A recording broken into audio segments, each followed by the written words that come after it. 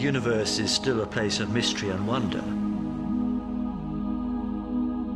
As a cosmologist, I'm exhilarated if we can make some progress towards tackling what seem very fundamental questions.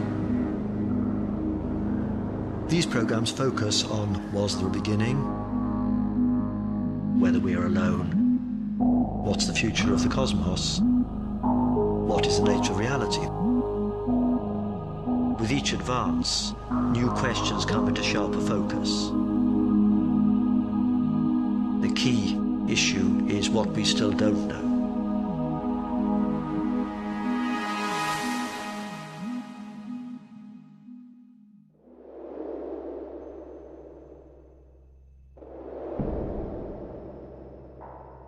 We have no idea how widespread intelligence is in the cosmos. From our present knowledge, the most complex things we know about in the universe are ourselves. In particular, our brains. What's remarkable is that atoms have assembled into entities which are somehow able to ponder their origins. We have always been fascinated by our existence. Of all the wonders of creation, life is the most mysterious. And of all creatures, we are the most special. Surely there has to be a reason. Religion offers a simple explanation. God created everything, and only God knows why we are here. Science came to a different conclusion.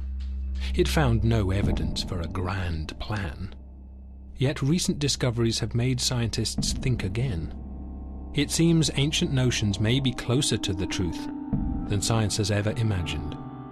Perhaps there is, after all, a creator, and creation may not be what we think it is.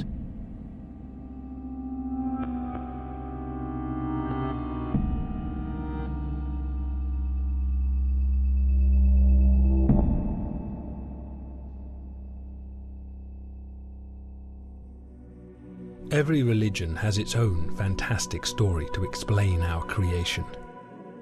From God making the universe in 6 days, to an endless cycle of universes created from dead ones, to the whole universe being created in a single divine breath. And one idea underpins all these beliefs. Human beings have a special place in this universe. We are here for a purpose. But as science investigated our origins, a creator became unnecessary, and our special place less special.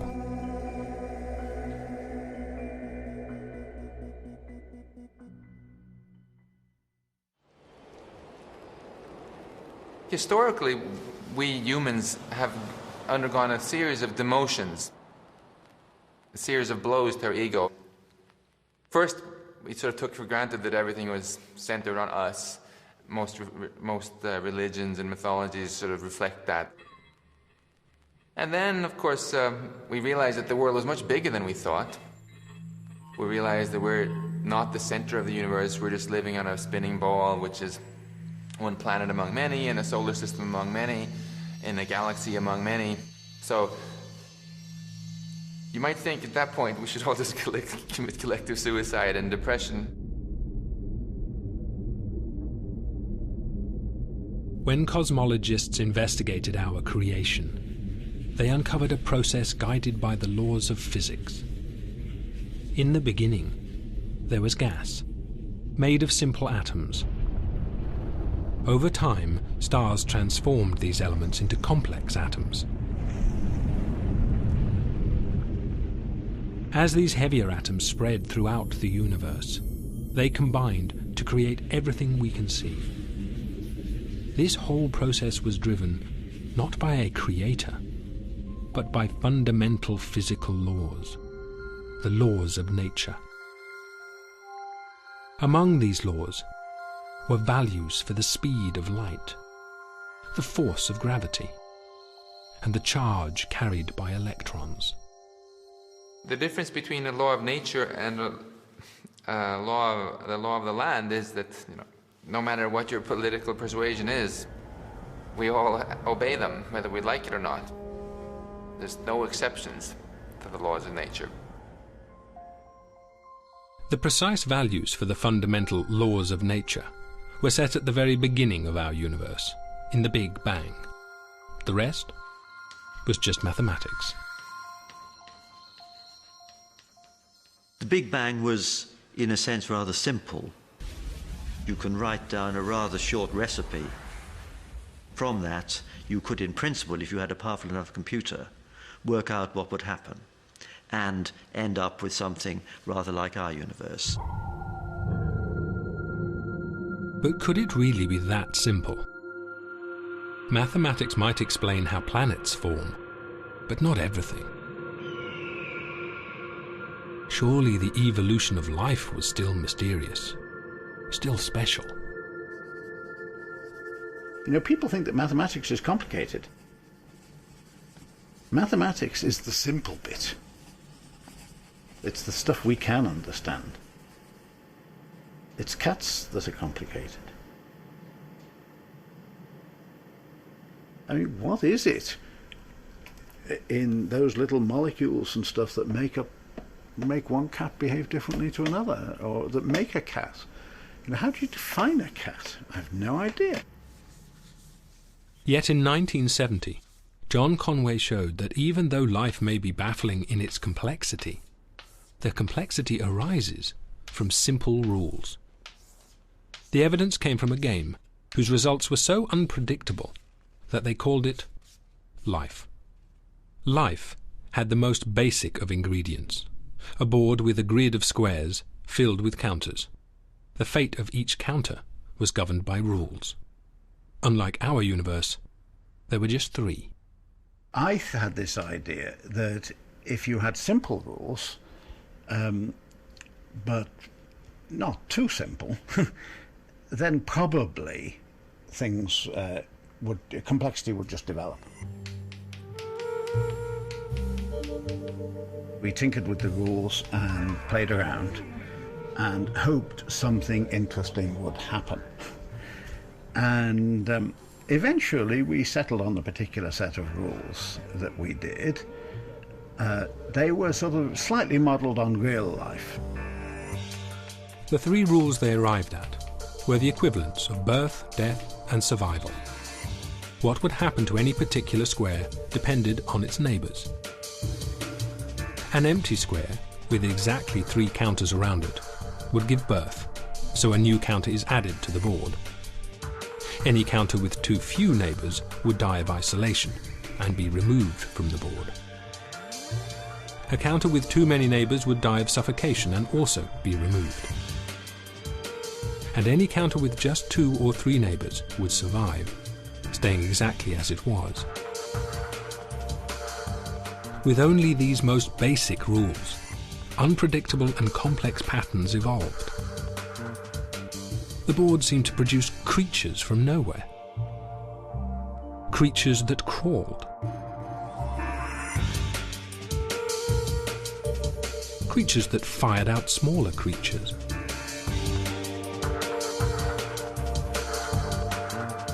Pumps that looked like a primitive heart. Creatures that spewed out an endless chain of offspring.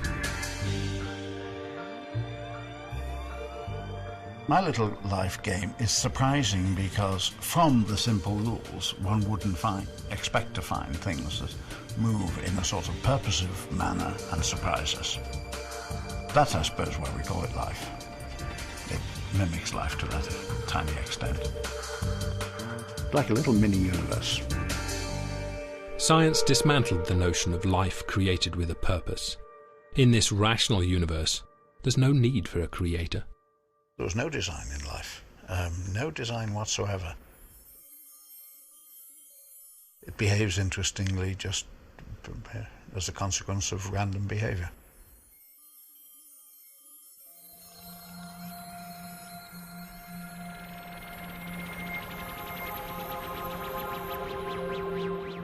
In this random universe, there is no special purpose in our evolution. We are simply the result of atoms, time, and mathematics.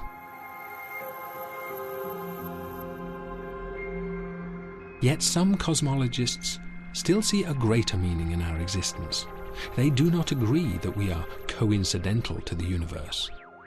The universe, they argue, is irrelevant without us. If you look at the cosmos, right, sure, we're small, but suppose there were no life in the universe. Wouldn't all this beautiful stuff out there be a complete waste if there were no one there to behold it? I think so. I think it's only life which gives any sort of meaning to the universe. And particularly if we turn out to be the only life in the observable universe.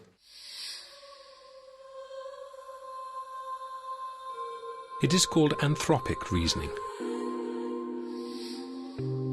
Our creation is still driven by mathematics and the laws of nature. But there is something mysterious, indeed very special, in the laws of nature themselves.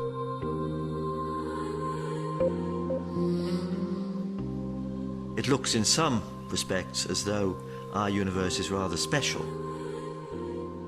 We know the universe allowed our emergence, but it's quite easy to imagine a universe with slightly different properties, in which neither we nor anything as complicated as us could exist. We can imagine, as it were, turning the knobs which were set up at the time of the Big Bang to determine how it expanded and what it was made of. And if we turn the knobs very slightly, we find that we would end up with a universe that would not be so propitious for the emergence of life. Take gravity, perhaps the most familiar of the laws of nature. Its value determines how much things are attracted to each other. From us being stuck to the Earth circling our sun, to the stars held in place in remote galaxies billions of light years away. Just the tiniest adjustment to the value of gravity in a computer simulation of the Big Bang, and our universe doesn't emerge at all. For example, if gravity were very strong, then anything as big as us would get crushed. If there were no gravity at all, then no stars would be able to form because they're held together by gravity. No planets either. And the other laws are equally fine-tuned. Any slight adjustment to their value, and we would never exist. There is no known reason why these values should be set as they are, yet they do seem to be fine-tuned to allow our creation.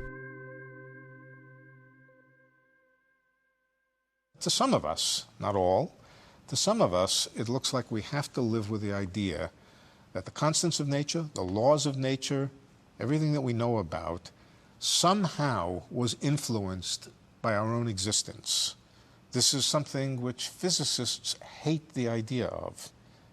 Most physicists want the world to be controlled by pure mathematics, not by our own existence. Perhaps there is a rational explanation for why the laws of nature were set so precisely at the birth of our universe. Until we fully understand those first moments, we should not assume any special reason for their values. When we trace cosmic history back towards the so-called Big Bang, as we get closer to the very beginning, we become more and more uncertain. That's because conditions then become more extreme. We lose our foothold in experiment because conditions are more extreme than we can simulate or achieve in any experiment on Earth. So there are great uncertainties. For a while, mainstream cosmologists were content that once we understood better the underlying reason for the laws being set as they are, fine-tuning would no longer seem so mystical and would once again fall within the realms of physics and mathematics. The general view of this, for most physicists, is that these fine-tunings are largely accidental, that the constants of nature are determined by some mathematical principles which have nothing whatever to do with our existence.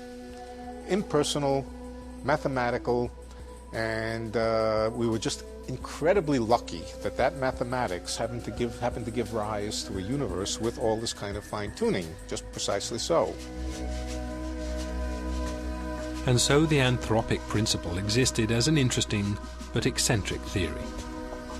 But then, quite unexpectedly, a completely new law of nature was discovered, and our universe relied on this law being so precisely tuned that it seemed no rational theory would ever explain it.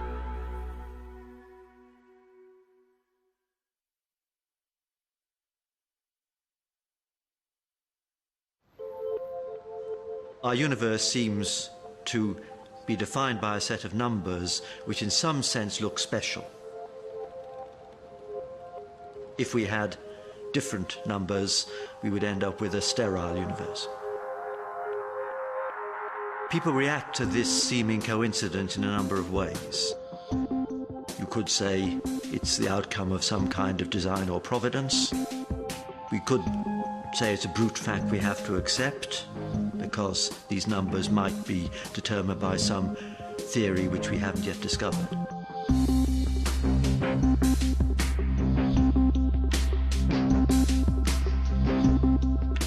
For a while it was possible to believe that the laws of nature were not so precisely set as to require the hand of a creator. But then a completely new fundamental property of the universe was discovered. An anti-gravity force present in space itself. It is called the cosmological constant, and when cosmologists calculated its effect on the evolution of the universe, they realized it had to be very finely tuned indeed. The fine-tunings, how fine-tuned are they? Most of them are 1% sort of things. In other words, if a thing is 1% different, everything gets bad. And a physicist could say, maybe those are just luck. On the other hand, this cosmological constant is tuned to 1 part and 10 to the 120 decimal places. Nobody thinks that's accidental. That is not a reasonable idea, that something is tuned to 120 decimal places just by accident. That's the most extreme example of fine-tuning. No force in the history of cosmology has ever been discovered to be that finely tuned. The cosmological constant needs to be set to 1 part in a trillion.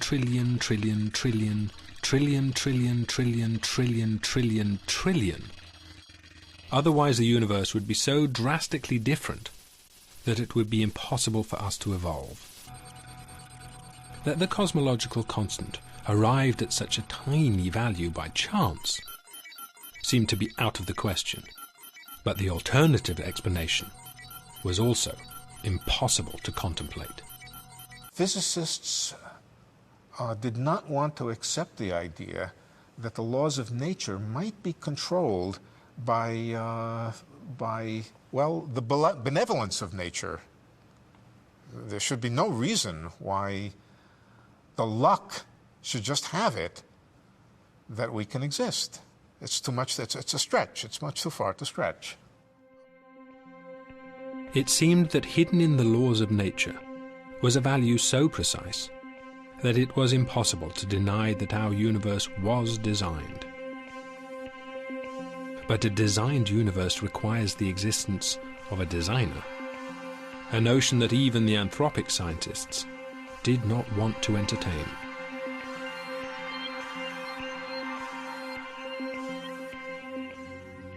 There's some people who love mystery and really enjoy not having all the answers. And then there are other people who fear mystery and uncertainty and just want all the answers and to get on with it. And they will be delighted if you give them a little book, whether it be Mao's Little Red One or some particular religious book that says, here's all the answers, okay, now go off to work and don't worry about this anymore, it's all taken care of.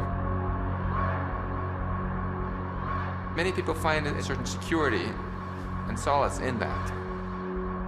The scientists were between a rock and a hard place.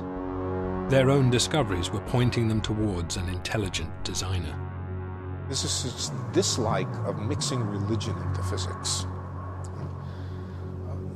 I think they were somewhat afraid that if it was admitted that the reason the world is the way it is has to do with our own existence, that could be hijacked by the creationists, by the intelligent designers. And of course, what they would say is, yes, we always told you so. There is a benevolent somebody way up high in the universe who created the universe exactly so that we could live. I think physicists shrank at the idea of getting involved in such things.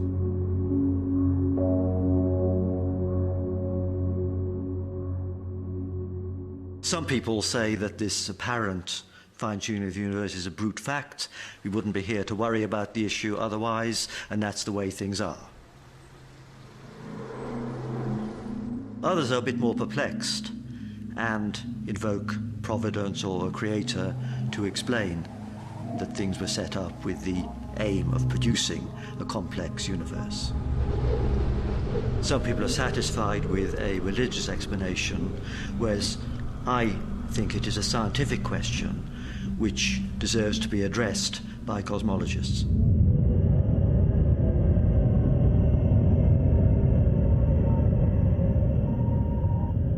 And cosmologists have found a solution to the fine-tuning problem. It is simple and elegant, but it requires a leap of faith as profound as any religious belief. If our planet is not alone, if it is one of billions of planets, orbiting billions of stars in hundreds of billions of galaxies inside our universe, could our universe also be one of many? It may turn out that our concept of the universe, as astronomers see it now, is a very restrictive one. And what we have traditionally called our universe is one of many. If there are other universes, their laws of nature could all be set differently in their own Big Bangs. If there have been many Big Bangs, and if, and this is the second assumption, the outcome of those Big Bangs were universes governed by different physical laws,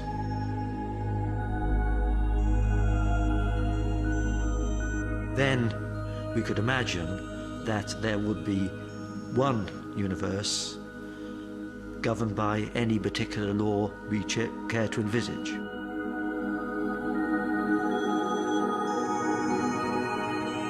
And therefore, it would not be at all surprising if there should be one universe that was tuned.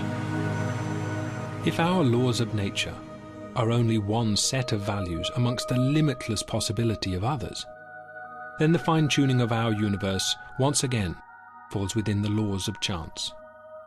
Our law of gravity would be but one of trillions of different values for gravity. The same goes for the cosmic constant, for atomic charge, even the numbers of dimensions. Suddenly, amongst all the many possibilities, it's not so surprising that at least one possesses the precise set of laws that allow human beings to evolve. If you go into a clothes shop and there's a large stock, you're not surprised to find one suit that fits. Whereas if there's only one suit, you are surprised. So many universes governed by different laws would remove any reason for surprise at the apparent fine-tuning in our universe. With one mighty intellectual bound, cosmologists could once again happily accept that our universe suited our existence precisely, without the need for a fine-tuner, a creator. Martin Rees coined a new word to describe the idea. If it turns out that there's more to reality than just our Big Bang or the aftermath of our Big Bang, then we have to either redefine our universe or use another word, and I've chosen the word multiverse to describe this whole ensemble of Big Bangs, this whole ensemble of universes. The concept of the multiverse saves the scientific universe at a stroke.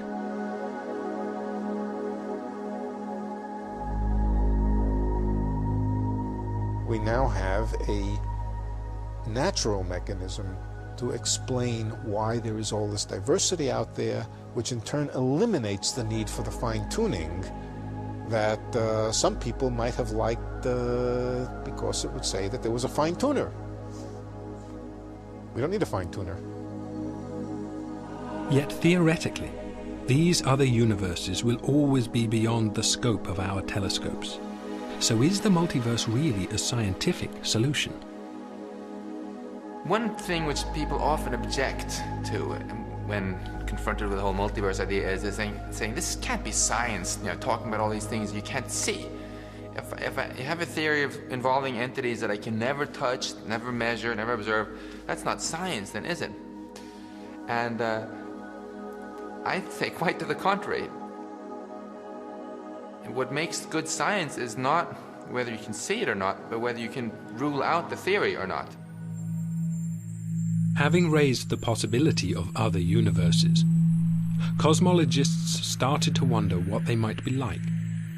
And as they wondered, they found logic had set another trap. The multiverse idea had set them on a path that led them back, once again, to a creator.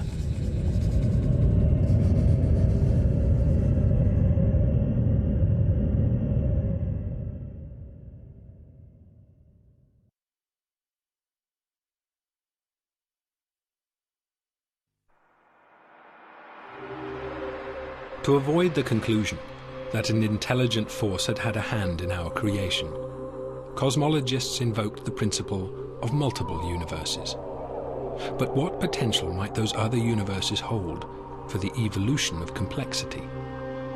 We have no idea how much variety other universes might display, and since we have no contact with them, all we can say is that there must be certain potential for complexity in those universes.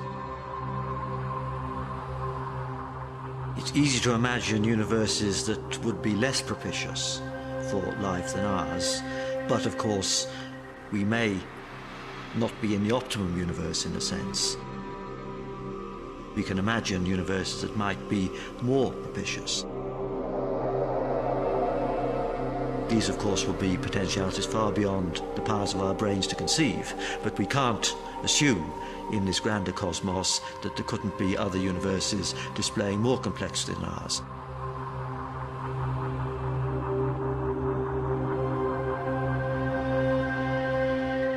Although we are completely cut off from these other universes, it's not impossible that one day we might be able to prove their existence.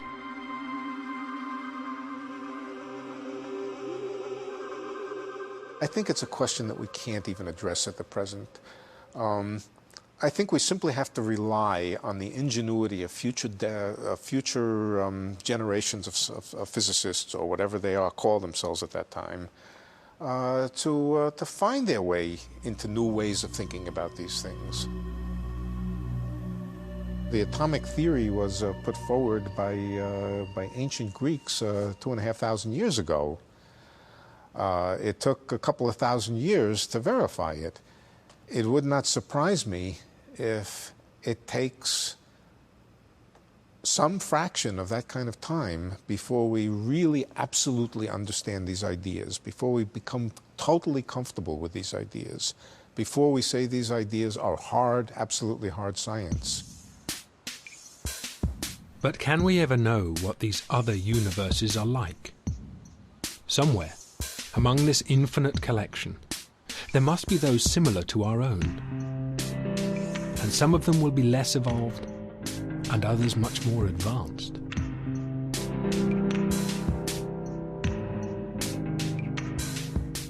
We have some concept of how on Earth life has evolved and has from simple beginnings led to creatures like ourselves with at least a certain level of intelligence.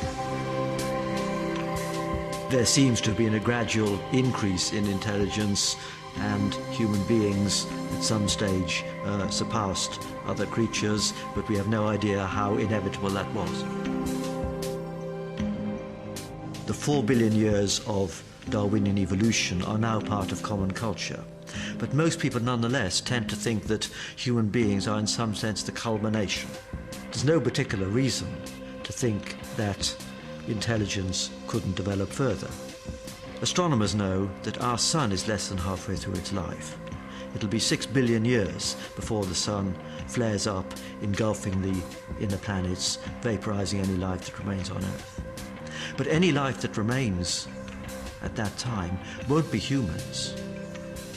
It'll be life at least as different from us as we are from bacteria, because there's as much time for future evolution on Earth and beyond before the sun dies as there has been to get from the simplest organisms to us. So our future in this universe can tell us something about life in other more advanced universes. So what is the future for intelligence?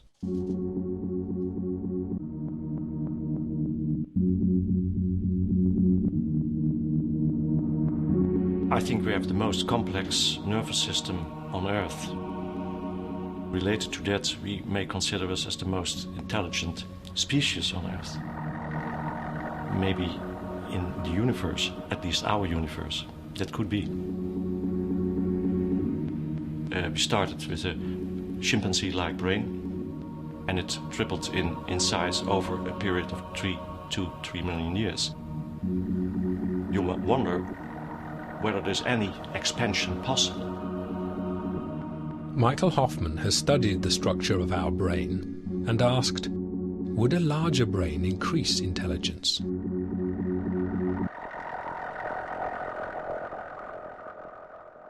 We did a study by comparing brain structures in primates, starting from very small, relatively primitive primates up to human beings. What you can do then is to extrapolate these findings to creatures which even have a larger brain than we had. To our surprise, after a particular brain size, something strange happened.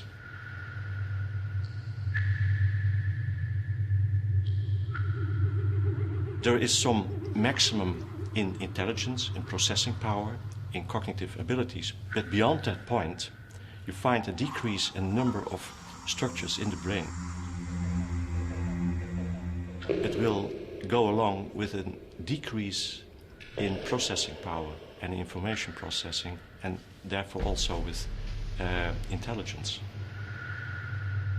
It seems that as the organ of intelligence, the brain has reached its limit. If it becomes bigger, communication between the different parts of the brain slow down, and it actually becomes less efficient. So it can't hardly be better than we do it now. That's in fact the conclusion of all these calculations. We can't change the technology of our brain. In a way, we are prisoners of our ancestors a million years ago, as far as the evolution of the brain is concerned. So unless nature invents a new way for organic intelligence to evolve, it seems that in this universe, intelligence has reached its potential. But some scientists see organic intelligence as only the first stage in evolution, and the next stage, they believe, has already begun. For the first 3 or nearly 4 billion years, the driving force of increasing complexity on Earth was evolution, natural selection, sexual selection. But in recent times, in the last few thousand years, it's not evolution any longer, but it's our cultural development that has taken over. And now this has been formalized into scientific and technological and medical development. That's where the action is right now.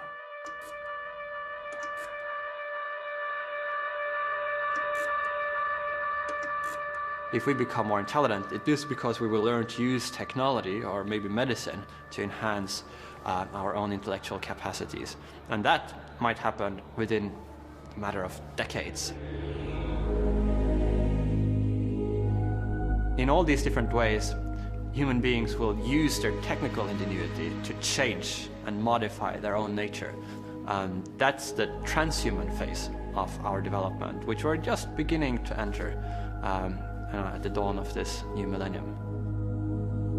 Technology already infiltrates almost every aspect of our lives. But philosophers like Nick Bostrom believe that technology could gradually replace our lives, and that the change will be almost imperceptible.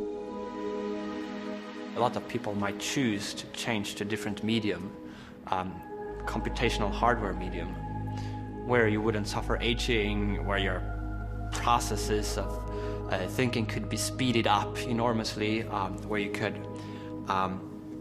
transport yourself at the speed of light as information pattern, where you could make copies, backup copies of yourselves. You would start by replacing a small bit of the brain, maybe a single nerve cell, with a computer processor that would do the same thing, and then you could replace larger and larger parts, and eventually you would consist of silicon. And that sounds really scary and bad, but if at no point in this process you noticed any difference, and if you ended up with just the same mental life as you had before, then you might think it doesn't really matter so much whether I'm made of silicon or carbon, what's inside my skull, or indeed whether I have a skull or my whole mental life is implemented on a computer. But what matters rather is what you think and feel and do and how you relate to others. Technology could take intelligence beyond the natural capacity of our biological brains. Through technology, our universe could evolve superintelligence. The concept of superintelligence roughly means any kind of intellect that vastly outstrips anything that's possible for humans to do. It wouldn't just be a really clever human. It would be a large, by a huge amount, superior to us. There wouldn't be a confusion about whether it really was very smart or not. It would be on a completely different level. We obviously can't conceive of what a superintelligence might be able to achieve any more than a dog can appreciate quantum mechanics. But we can at least quantify things by thinking about computers. We can think about the processing power of computers and the kind of calculations they can do, the degree of complexity they can simulate. We know that over a few decades, computers have evolved from being able to simulate only very simple patterns to being able to create virtual worlds, as it were, with quite a lot of detail in them. And if the computers in this new era are powerful enough, they will be able to simulate the events at the very start of our universe, to test the underlying principle that set our laws of nature so precisely, to play with the parameters of creation, to see what might evolve.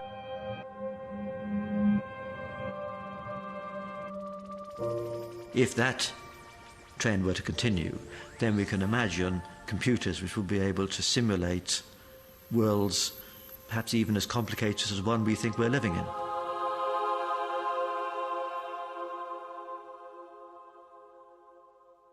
Of course, this raises a philosophical question: could we ourselves be in such a simulation?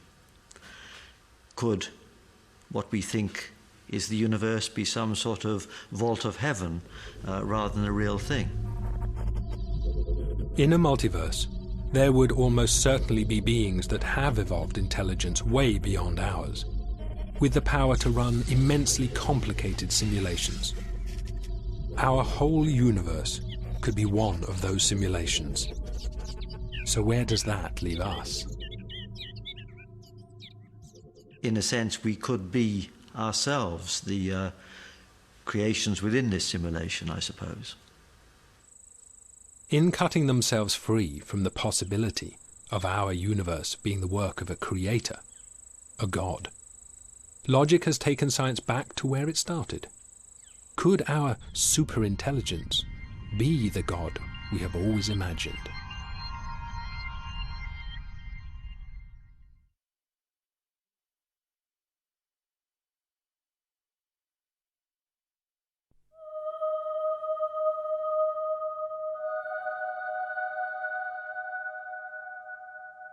Well, the simulation hypothesis, which is that we are currently living in a computer simulation, should be understood literally. It's not just in a metaphorical sense, whereby one could view the universe as a simulation, but literally we would be living in a simulation created by some advanced civilization in a computer that they have built in their universe. And everything we see and our brains themselves would just be parts of this simulation. And if we are simulations, might we have been simulated for a purpose? Might our existence not be down to chance? Might there after all be a creator with a grand design, just as our ancestors believed?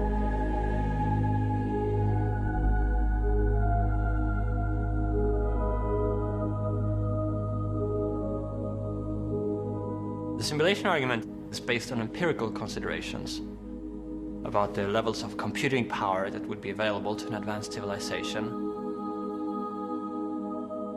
Of course, it couldn't even be conceptualized before we had concept of a computer. So it's really only in the last several decades that the hypothesis could even be entertained. The creatures crawling across the board in the game of life are little more than blips of data. Nevertheless, they lend eerie support to the simulation hypothesis.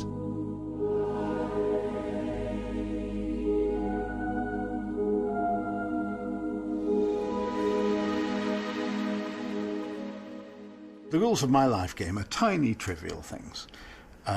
And the rules, of the real universe are so hard that we've been trying to understand them for thousands of years and, haven't finished yet by any means. So one can't really expect too much, but already these tiny, trivial laws exhibit interesting behavior. It proved an important point, which is that a system like this could have some of the properties of the real universe. So in a way, its design was copied, but in a very trivial way, from real-life biology. And so it's rather nice that, correspondingly, it became a kind of artificial biology.